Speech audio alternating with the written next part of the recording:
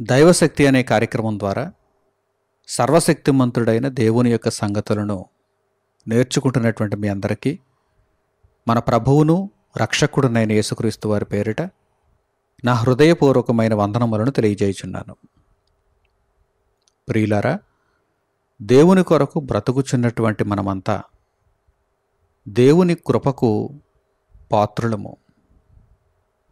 దేవుడు ఎల్లప్పుడూ తన బిడ్డలను కాపాడుకోవాలనే ఆలోచనతోనే ఉంటాడు. ఇశ్రాయేలును కాపాడువాడు కునుకడు, నిద్రపోడు. ఈ భూమి మీద తమ బ్రతుకునంతా నా కొరకై సమర్పించుకున్నవారు, నా నిమిత్తము ఆలోచిస్తున్నవారు, నేను అప్పగించినటువంటి పనిని చక్కగా నెరవేర్చుచున్నవారు సంరక్షింపబడాలి, వారిని ఎల్లప్పుడూ కాపాడాలి అనేటువంటి ఉద్దేశ్యంతో దేవుడు ఉంటున్నాడు. ఈ విషయాన్ని గూర్చి మనకు నేర్పిస్తూ మరింత ధైర్యాన్ని మనకు నూరిపోయటానికి పరిశుద్ధ గ్రంథంలో కొన్ని అద్భుతమైనటువంటి సందర్భాలు మనకు కనిపిస్తున్నాయి.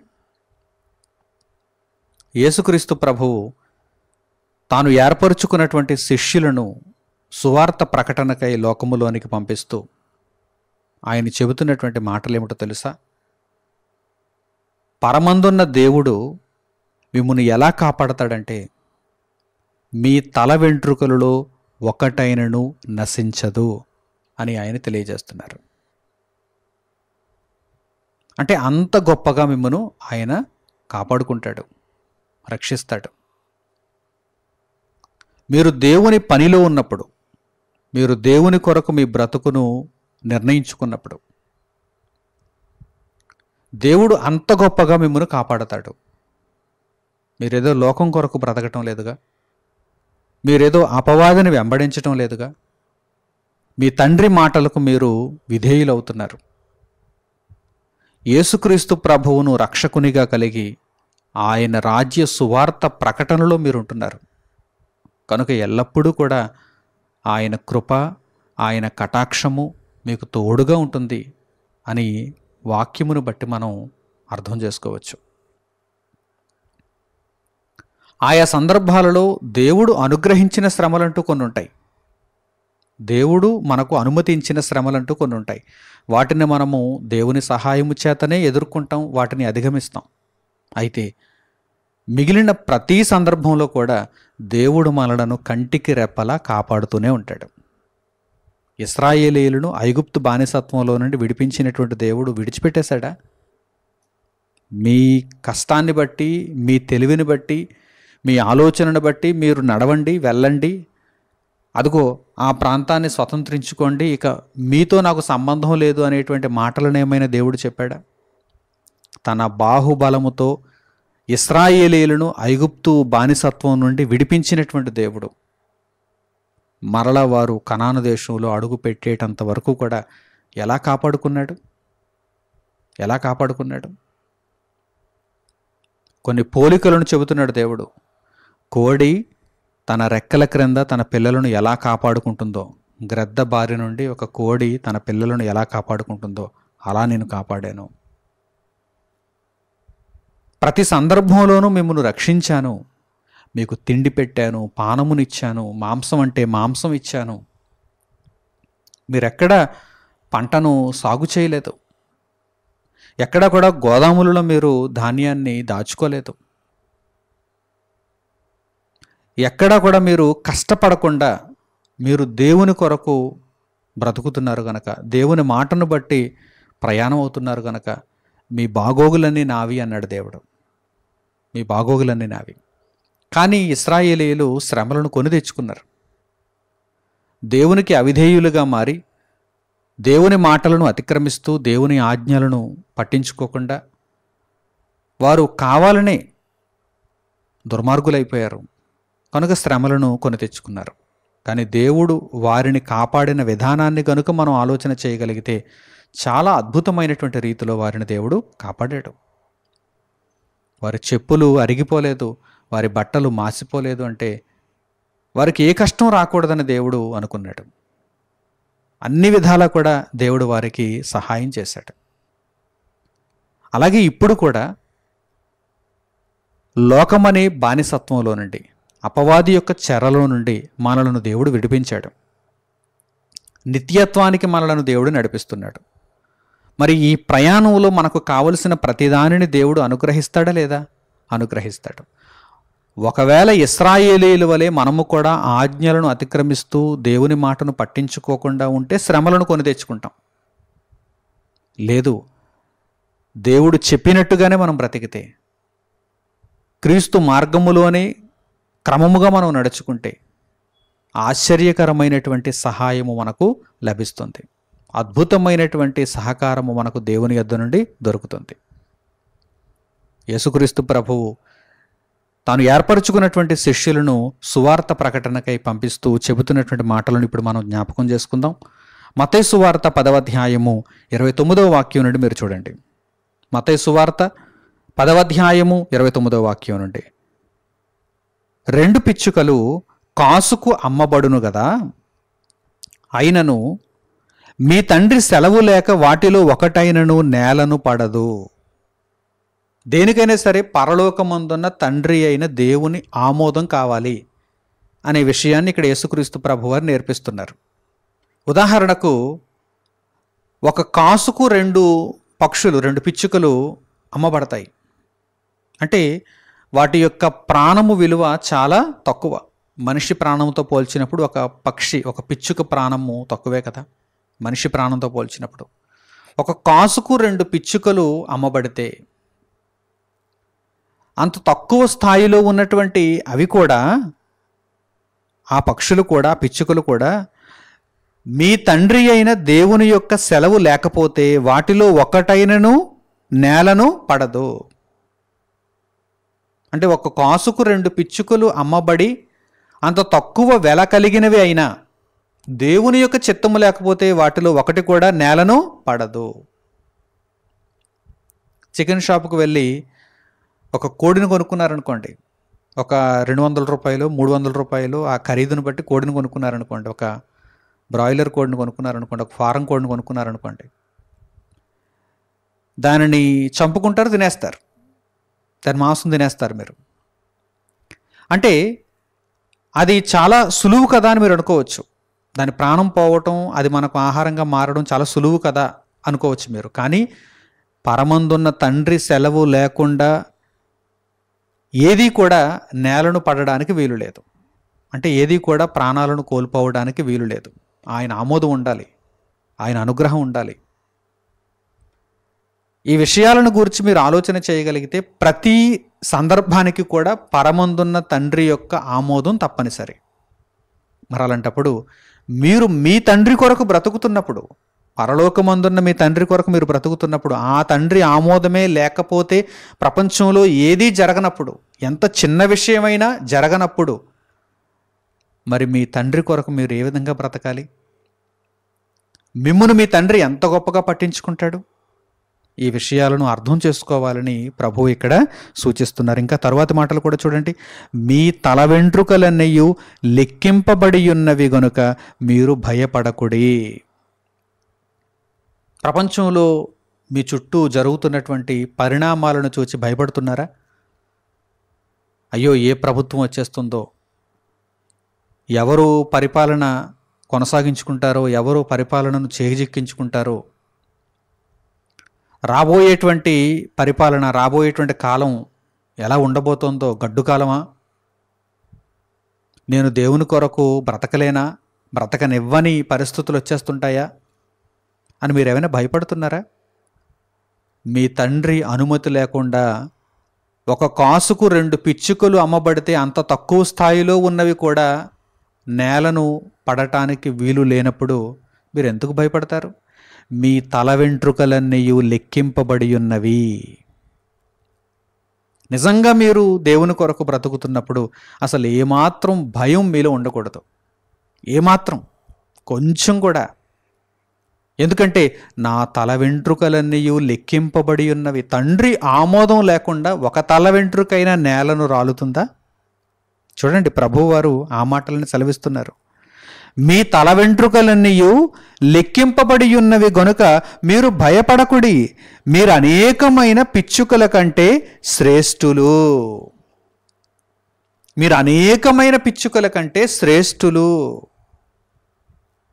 వందల కొద్ది వేల కొద్ది ఫారం కోళ్ళు, బ్రాయిలర్ కోళ్ళు కనిపిస్తూ ఉంటాయి మనకి ఆ చికెన్ షాపుల్లో. వాటన్నింటికంటే మీరు శ్రేష్ఠులు కదా. అవే తండ్రి ఆమోదం లేకపోతే చంపబడడానికి వీలు లేదు. అలాంటప్పుడు వాటికంటే ఎంతో శ్రేష్ఠులైనటువంటి మీరు ఎందుకు భయపడుతున్నారు? మీ తల వెంట్రుక నేల రాలకుండా దేవుడు చూసుకుంటాడు. అంటే ఆ మాటల యొక్క పరమార్థం ఏంటి? మీరు భయపడవలసిన అవసరత లేదు.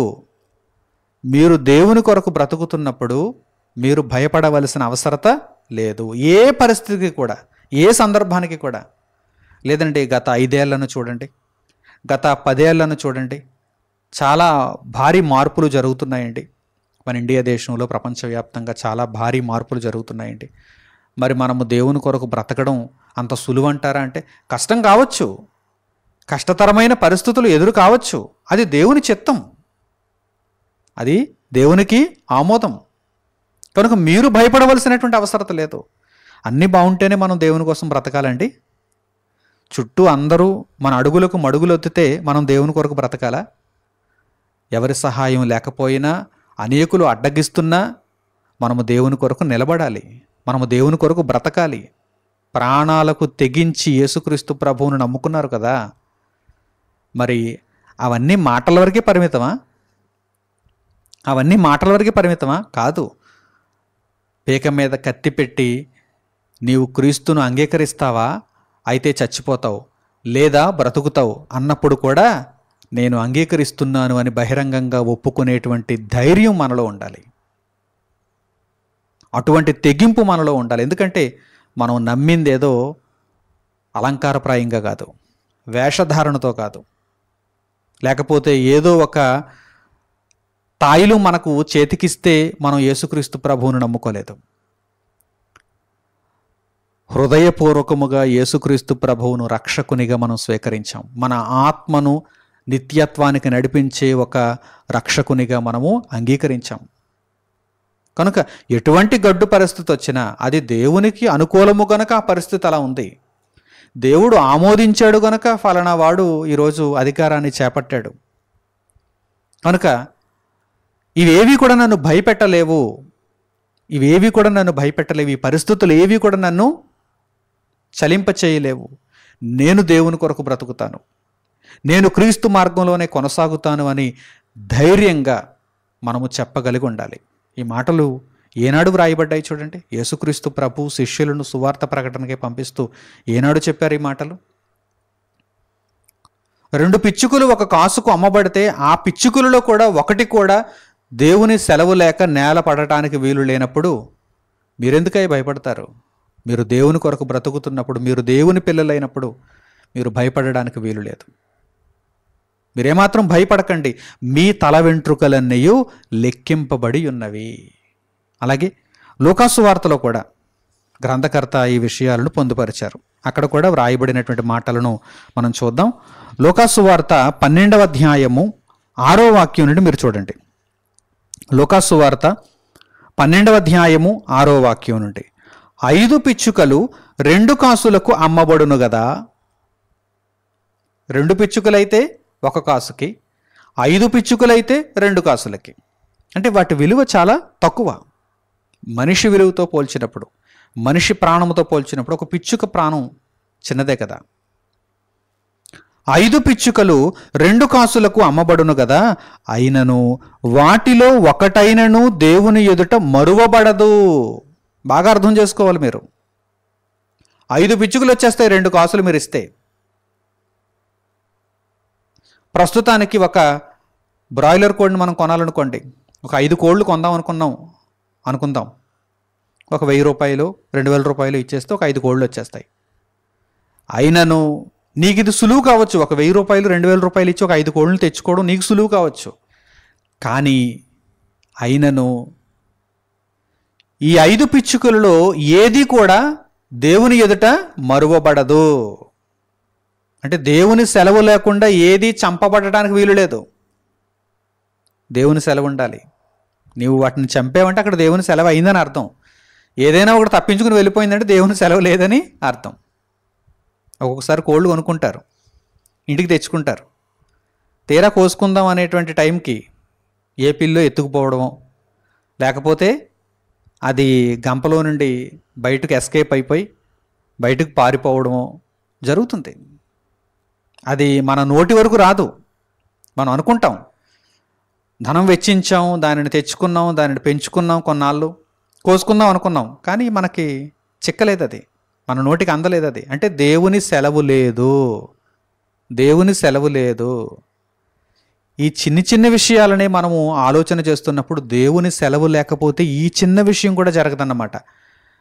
అలాంటప్పుడు మరి దేవుని దృష్టిలో నేను ఉన్నతుడను కదా, దేవుని దృష్టిలో నేను గొప్పవాడను కదా. ఈ పిచ్చుకతో పోల్చినప్పుడు, ఈ చిన్న జీవితో పోల్చినప్పుడు దేవుడు నన్ను గొప్పగా చూస్తున్నాడు కదా, నేను ఆయనకు కుమారుడను కదా.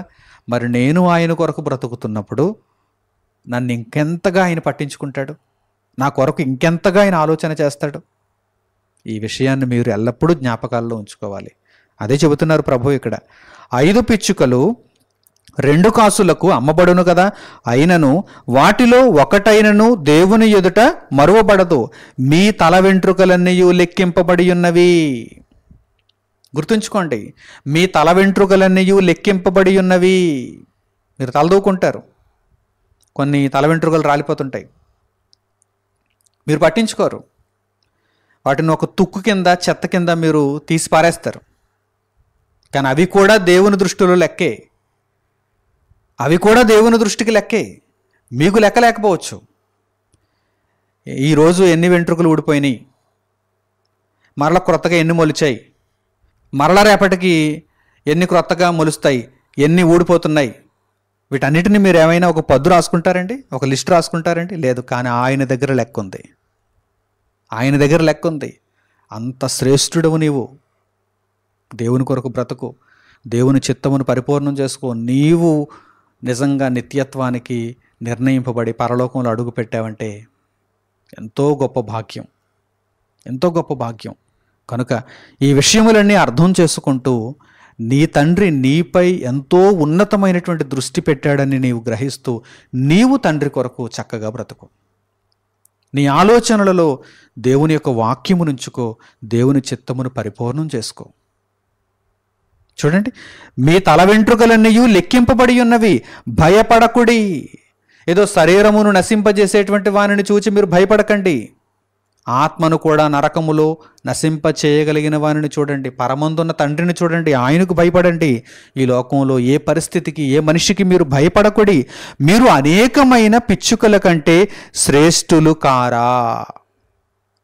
మీరు అనేకమైన పిచ్చుకల కంటే శ్రేష్ఠులు, ఉన్నతమైన వారు, దేవుని దృష్టిలో ఉన్నతమైన వారు. కనుక దేవుని కొరకు ఉన్నతంగానే బ్రతకండి. ఇక్కడ యేసుక్రీస్తు ప్రభువారు ఏమంటున్నారు? మీ తల వెంట్రుకలన్నీ లెక్కింపబడి ఉన్నవి అంటున్నారు. ఆ పోలికను ఎందుకు తీసుకున్నారు ఆయన? అంటే అంత చిన్నవి కూడా, అంటే అంత తక్కువ స్థాయిలో ఉన్నవి కూడా లెక్కింపబడుతున్నాయంటే మీ గుండె లెక్కలలో ఉంది, మీ కిడ్నీలు లెక్కల్లో ఉన్నాయి, మీ ఊపిరితిత్తులు దేవుని లెక్కల్లో ఉన్నాయి అని చెప్పడం కాదు. మీ తల వెంట్రుకలే దేవుని లెక్కల్లో ఉన్నాయి. అంటే అంత సామాన్యమైనవి. అసలు ఊడిపోతే మీరు పట్టించుకోరు. ఏమంటే ఊడిపోతే అవి ఎన్ని ఉన్నాయో లెక్క పెట్టి మీరు వాటి కొరకు దిగాలు పడిపోయి అలా కూర్చుండిపోయి పట్టించుకోరు వాటిని కోసం. అటువంటివే దేవుని దృష్టిలో లెక్కగా ఉన్నాయి, లెక్కగా ఉన్నాయి. ఎంతమంది మనుషులండి, ఎంతమంది మనుషులు! వీరందరిని గురించి దేవునికి ఒక లెక్క ఉంది, ఒక లెక్క ఉంది. మరి మనిషి అంతగా దేవుని కొరకు బ్రతకగలుగుతున్నాడా? పరలోకమందున్న కన్నతండ్రి అయిన దేవుడు ఎంతగా నన్ను పట్టించుకుంటున్నాడే, ఆయన మహోన్నతమైనటువంటి దివ్యమైనటువంటి వాక్కులను నాకు అనుగ్రహించి నన్ను ఆయన మార్గంలో నడిపించడానికి నిరంతరం ఆయన ప్రయత్నం చేస్తున్నప్పుడు, నా తల వెంట్రుకలని ఆయన లెక్కించినప్పుడు నేను ఎందుకు భయపడాలి? నేను దేవుని కొరకు బ్రతకాలి, నేను దేవుని చిత్తమును నెరవేర్చాలి, దేవుని ఆజ్ఞలకు లోబడాలి అని మీలో ఆ మార్పు వస్తుందా లేదా? ఆ పరివర్తన వస్తుందా లేదా? రావాలి. నిజంగా రావాలి. అపవాది అయిన వాడు ఒక భ్రమలో మిమ్మల్ని ఉంచుతున్నాడు. ఇదిగో రంగురంగుల లోకాన్ని చూపిస్తున్నాడు. తిను, త్రాగు, సుఖించు, సంతోషించు, గెంతు అంటున్నాడు. అంతే తప్ప దేవుని కొరకు మీరు బ్రతకాలనేటువంటి ఆలోచనలను లోకంలో ఎవరైనా మీకు ఇస్తున్నారా? ఎవరైనా మిమ్మల్ని ఆ విధంగా ప్రేరేపిస్తున్నారా అంటే లేదు. శరీరం కోసమే అందరూ మాట్లాడుతున్నారు. శరీర సుఖాల కోసమే అందరూ చర్చించుకుంటున్నారు తప్ప ఆత్మ పరిస్థితి ఏంటి, మరో లోకానికి ఆత్మ వెళ్ళవలసినటువంటి కార్యక్రమాలను మనము ఏ విధంగా నెరవేర్చుకోవాలి, ఆత్మకు మనము రక్షణను ఏ విధంగా క్రీస్తు ప్రభువు ద్వారా సంపాదించుకోవాలనేటువంటి ఈ విషయాన్ని గురించి ఎవరూ చర్చించుకోవటం లేదు. అంటే లోకంలో ఉన్నదంతా కూడా నాశనకరమైనది. కానీ దేవుని వాక్యములో ఉన్నది నిత్యత్వానికి సంబంధించినది. కనుక ఎల్లప్పుడూ కూడా మన ఆలోచనలన్నీ దేవుని నిమిత్తమైనవై ఉండాలి. దేవుని కొరకు మనలను బ్రతికింపజేసేవై ఉండాలి. ఏ పరిస్థితికి మనం భయపడకుండా, దేనికి మనం లొంగిపోకుండా, అదిగో ఆ భయంకరమైనటువంటి పెను ఉప్పెన రాబోతున్నదట, లేకపోతే ఇదిగో ఈ ప్రమాదం పొంచి ఉందట, ఈ కరువు పరిస్థితులు ఎదురుగా ఉన్నాయట అని చెప్పి వీటిలో దేనికి కూడా మీరు జడిసిపోకుండా, నా తండ్రి నాకున్నాడు, నా దేవుడు నన్ను పుట్టించాడు, నేను నా తండ్రి కొరకు బ్రతుకుతున్నాను, ఆయన మాటలను అనుసరిస్తున్నాను, నేను భయపడేది లేదు, నా తల వెంట్రుకలన్నీ లెక్కింపబడి ఉన్నవి అని పరిశుద్ధ గ్రంథంలో వ్రాయబడి ఉన్నది కనుక, అంత గొప్పగా దేవుడు నన్ను పట్టించుకుంటున్నాడు కనుక నేను దేవుని కొరకు బ్రతకాలనేటువంటి ఉన్నతమైనటువంటి నిర్ణయాలను మనము కలిగి ఉండాలి. మన తల వెంట్రుకలన్నీ నేల రాలిపోయేది ఎప్పుడో తెలుసా? మనము మరణించినటువంటి వ్యక్తి యొక్క దేహము నుండి తల వెంట్రుకలు మొదటి రోజు నుండి కూడా రాలిపోవడం ప్రారంభిస్తాయి. మరణించినటువంటి వ్యక్తి యొక్క దేహము నుండి తల వెంట్రుకలు మొట్టమొదట రాలిపోవడం ప్రారంభమైపోతాయి. అలా మరణించినటువంటి మొదటి రోజు నుండి 5వ రోజు వరకు కూడా ఈ తల వెంట్రుకలు ఎక్కువగా రాలిపోతాయని శాస్త్ర పరిశోధనలు తెలియజేస్తున్నాయి. చాలామంది అనుకుంటారు మనిషి చనిపోయినా కానీ మనిషి యొక్క తల వెంట్రుకలు ఎదుగుతాయి, మనిషి యొక్క గోళ్ళు ఎదుగుతాయని చాలామంది అనుకుంటారు. అది కేవలం అభూత కల్పన మాత్రమే. మనిషి యొక్క దేహం కుచించుకుపోతుంది, అందువల్ల ఈ గోళ్ళు మరియు తల వెంట్రుకలు పెద్దవవుతున్నట్టు కనిపిస్తాయి. అది కేవలం ఒక కల్పన మాత్రమే. మనిషి యొక్క దేహం కుచించుకుపోయినప్పుడు, మనిషి చనిపోయిన తర్వాత ఆ దేహం, ఆ శవం కుచించుకుపోతుంది. ఎందుకంటే అన్ని అవయవాలు ఇక మరణిస్తాయి, చచ్చిపోతాయి, అన్నీ పనిచేయడం ఆపేస్తాయి. కనుక ఆ అవయవాలన్నీ ఏమవుతాయి? చర్మం అంతా ఏమవుతుంది? కుచించుకుపోతుంది. ఆ ఎముకలు మాత్రమే అలా ఉంటాయి, మిగిలినటువంటి మాంసం, శరీరం ఇదంతా కూడా కుచించుకుపోతుంది. అలా కుచించుకుపోయినప్పుడు ఈ గోళ్ళు కానీ లేకపోతే మనకున్నటువంటి ఈ తల వెంట్రుకలు కానీ పెరిగినట్టుగా అనిపిస్తాయి, కానీ నిజానికి పెరగవు అని శాస్త్రవేత్తలు చెబుతూ ఉంటారు. అయితే ఇక్కడ గుర్తుంచుకోవలసినటువంటి విషయం ఏంటంటే, ఆలోచించవలసినటువంటి సంగతి ఏంటంటే, మనిషి చనిపోయినప్పుడు తల వెంట్రుకలు రాలిపోతాయి, తల వెంట్రుకలు నేలను పడిపోతాయి, ఇక తల వెంట్రుకలు ఉండవు. పూర్తిగా ఆ పుర్రె మాత్రం మనకు కనిపిస్తుంది. అంటే తల వెంట్రుకలు నేల రాలవు, తండ్రి యొక్క ఆమోదము లేకుండా మీ తల వెంట్రుకలలో ఒకటైనను నేలను రాలదు, మీ తల వెంట్రుకలన్నీ లెక్కింపబడి ఉన్నవి. అంటే అర్థం ఏంటన్నమాట?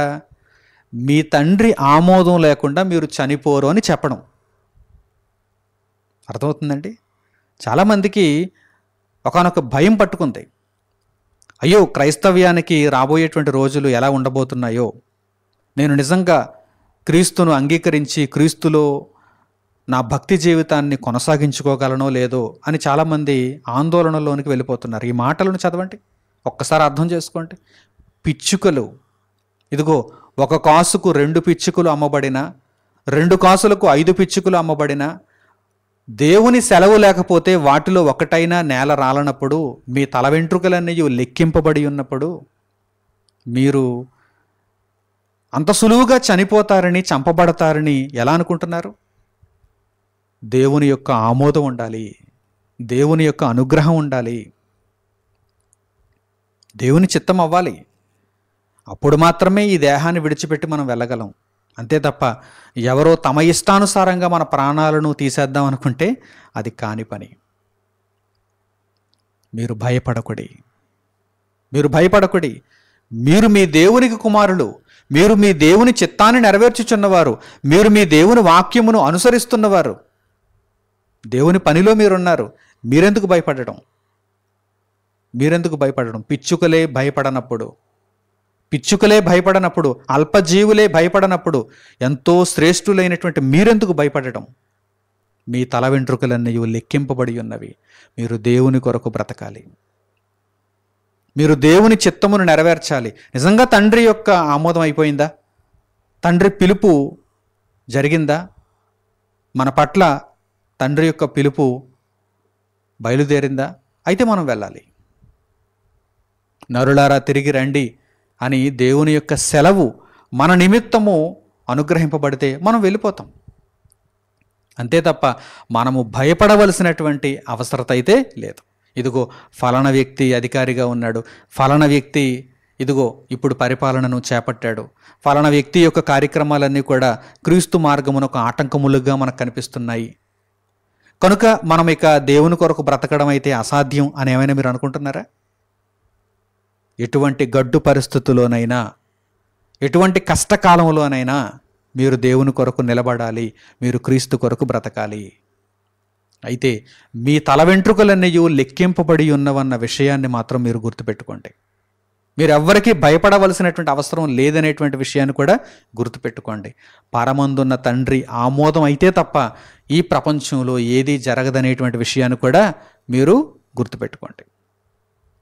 కనుక చక్కని ధైర్యంతో, మంచి ఓర్పుతో, గొప్పదైనటువంటి నిరీక్షణతో, ఫలవంతమైనటువంటి విశ్వాసపు జీవితమును మీరు కలిగి ఉండి క్రీస్తులో మీరు ముందుకు కొనసాగాలని హృదయపూర్వకంగా కోరుకుంటూ ఈ సందేశమును ఇంతటితో నేను ముగిస్తున్నాను. తండ్రి అయిన దేవునికి ప్రార్థనలో ఏకీభవించండి. మహోన్నతుడును సర్వశక్తిమంతుడునైనా మా కన్న తండ్రి, మీ అనుమతి లేకుండా, మీ ఆమోదము లేకుండా ఈ ప్రపంచంలో ఏదీ జరగదు. నాయన, యేసుక్రీస్తు ప్రభువు యొక్క మాటలను బట్టి ఉన్నతమైనటువంటి విలువైనటువంటి సందేశమును మేము నేర్చుకున్నాము. మా తల వెంట్రుకలన్నీ లెక్కింపబడి ఉన్నవి. మీ చిత్తములో మేము ఉన్నప్పుడు, మీ సంకల్పాన్ని మేము నెరవేర్చుచున్నప్పుడు మేము ఎవ్వరికీ భయపడవలసిన అవసరత లేదని మీరు సెలవిచ్చారు. నాయన, ఈ మాటలను ఎంతో గొప్పదైనటువంటి స్ఫూర్తితో మేము తీసుకుని ధైర్యముగా నిలువబడుతూ రాబోయే ఏ పరిస్థితినైనా మేము ఎదుర్కొనగలగటానికి శక్తి కలిగిన వారముగా మారు నిమిత్తము మాకు సహాయమును చేయండి. మా తండ్రి, యేసుక్రీస్తు ప్రభువును స్వరక్షకునిగా అంగీకరించి ఆయన మార్గములో నడుచుకుంటూ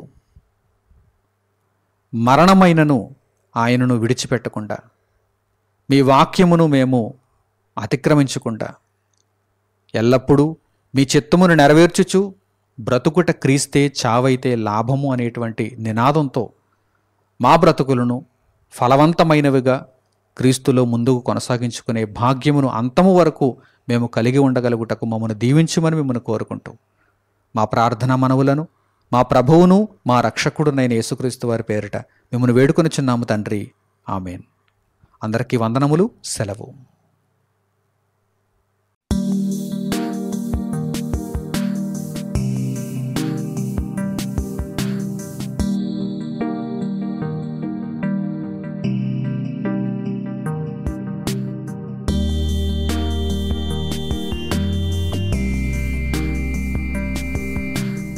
సహోదరులు మణికుమార్ గారు ప్రసంగించిన ఎన్నో ఆత్మ సంబంధమైన సంగతులను ఉచితంగా వీక్షించుటకు మా యూట్యూబ్ ఛానల్స్ను తప్పక దర్శించండి. మా సమాచారమును ఎప్పటికప్పుడు తెలుసుకొని ఆత్మీయ అభివృద్ధిని అందవలనంటే మా యూట్యూబ్ ఛానల్స్ను సబ్స్క్రైబ్ చేసుకోండి. సత్వర నోటిఫికేషన్ కొరకు సబ్స్క్రైబ్ బటన్ ప్రక్కన ఉన్న బెల్ సింబల్ను క్లిక్ చేయండి. మరిన్ని వివరాలకు మీరు సంప్రదించవలసిన మా ఫోన్ నంబర్స్ 8978414178 మరియు 8333927666. ధన్యవాదములు.